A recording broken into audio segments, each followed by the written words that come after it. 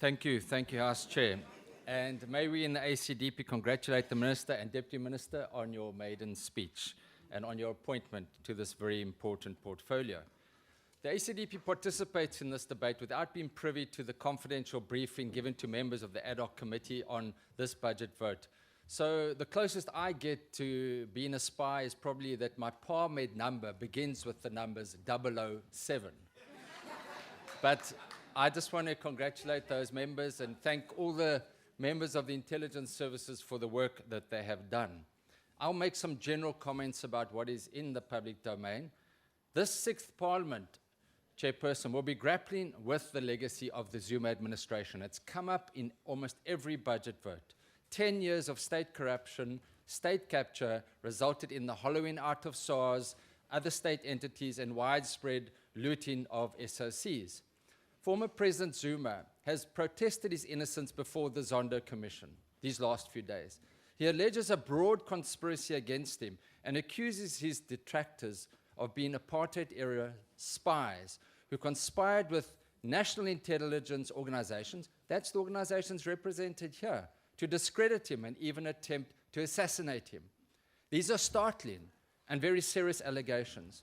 And surely a person with that knowledge should lay criminal charges. However, for those that remember, no less than 3 former heads of intelligence tried to curb the Gupta family's influence.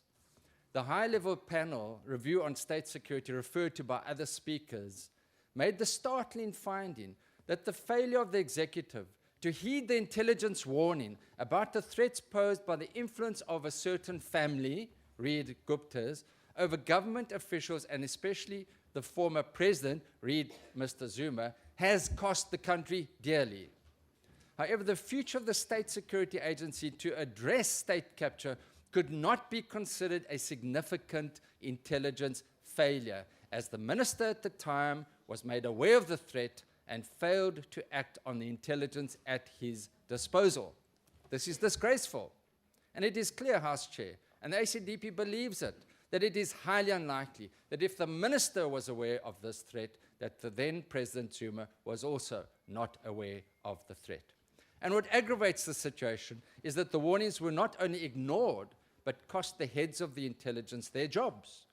And in addition, as pointed out by other members, the politicization of the SSA was made worse by Mr Zuma, as pointed out by the high-level panel.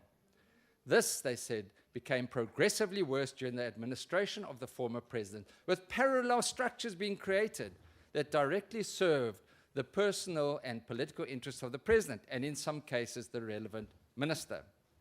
The fact remains that the danger presented by the Guptas was highlighted by our intelligence as a threat to national security. They were not acted on.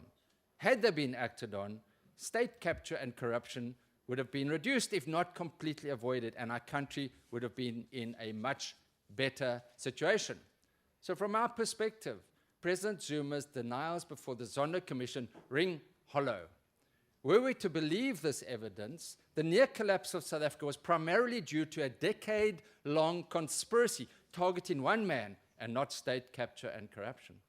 Those of us that sat on the parliamentary SABC and ESCOM oversight inquiries in the 5th Parliament know far better after hearing direct evidence of state capture and corruption.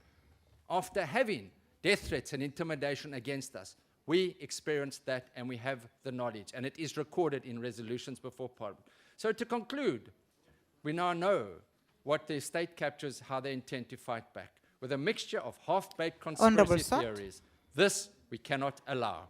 Thank you very much.